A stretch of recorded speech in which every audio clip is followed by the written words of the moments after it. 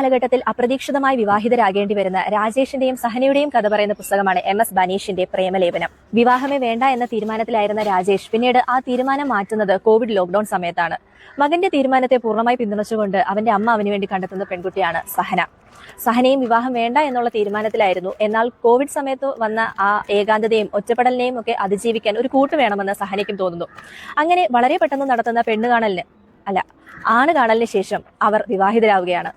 തുടർന്ന് അവരുടെ വിവാഹ ജീവിതത്തിൽ ഉണ്ടാകുന്ന രസകരമായ സംഭവങ്ങളെ കോർത്തിണക്കിയാണ് ഈ പുസ്തകം തയ്യാറാക്കിയിരിക്കുന്നത്.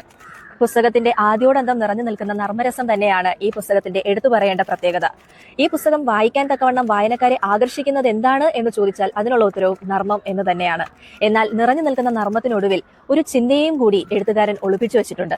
ഗന്ധം ഓർമ്മകളിലേക്കുള്ള വാതിലാണെന്ന് പലപ്പോഴും പറയാറുണ്ട്. ആ ഒരു ആശയത്തെ വളരെ നല്ല രീതിയിൽ ഈ പുസ്തകം പ്രയോജനപ്പെടുത്തിയിട്ടുണ്ട്.